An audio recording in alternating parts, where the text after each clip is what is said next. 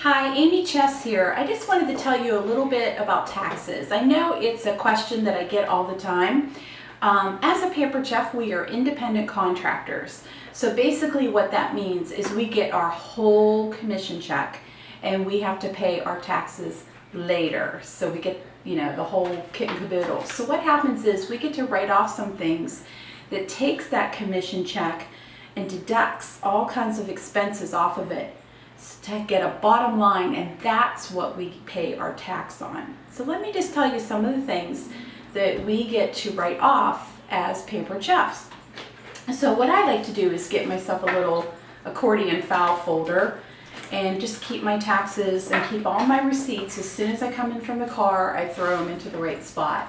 So one of the things that you can write off, of course, is office expenses. So any kind of anything that has to do with preparing a host packet, mailing a host packet, printing, anything that has to do with an office expense, you get to write off. So your printer ink, your paper that you buy, anything like that. Of course, the postage that you put on the envelopes you get to write off.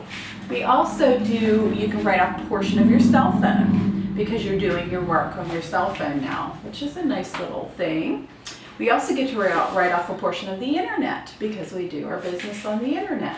So do you see how your commission, now you deduct a little of this and you deduct a little of this off of it. When you practice recipes, out of your home, you're practicing your trade, so you get to write off your grocery bill. So anything that you buy to practice a new recipe or just get really good at understanding the tools. So that's a really huge write-off. I have one business credit card just for my business, so I keep all my receipts in here. That way it's just real easy. I love to give away baskets.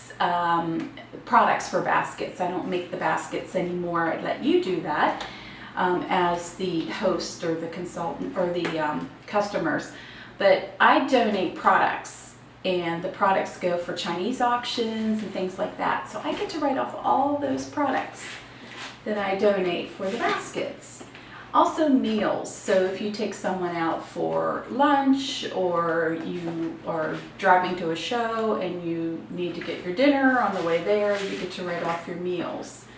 Advertising, anytime that you do an ad for someone, you get to write that off, so it adds up. All these little things. Let's see, craft fairs and trade shows. So for example, I'm going to be doing the yearly rain day in Waynesburg. So that was a $50 cost. So I get to write off the $50 for having a booth. So look for church booths, look for bazaars, look for everything anywhere and set up a booth, and you get to write that off. Tolls, so if you go on the interstate, parking, if you need to park and pay for that somewhere. Conferences and seminars. We go to Chicago once a year and we get to write all that off, all the expenses to get there. Anytime you go to a meeting, you get to write that off. So that would be travel, your hotel, going to Chicago, and that's all write-offable.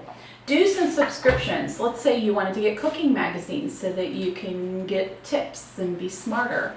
You want to belong to the Chamber of Commerce. You want to belong to a women's networking group. It's all write-offable. And contributions. I love to contribute to things that are near and dear to my heart, to donate. So I get to write off those too. So basically that is everything. So imagine you have your commission check and then you get to deduct a little of this, a little of this, a little of this, a little of this. You come down to this line. That's what you pay your tax on. So I hope this was helpful. If you'd like more information, I would say go to irs.gov or your state and find out more. But this is just a little something to help you. So good luck with your taxes.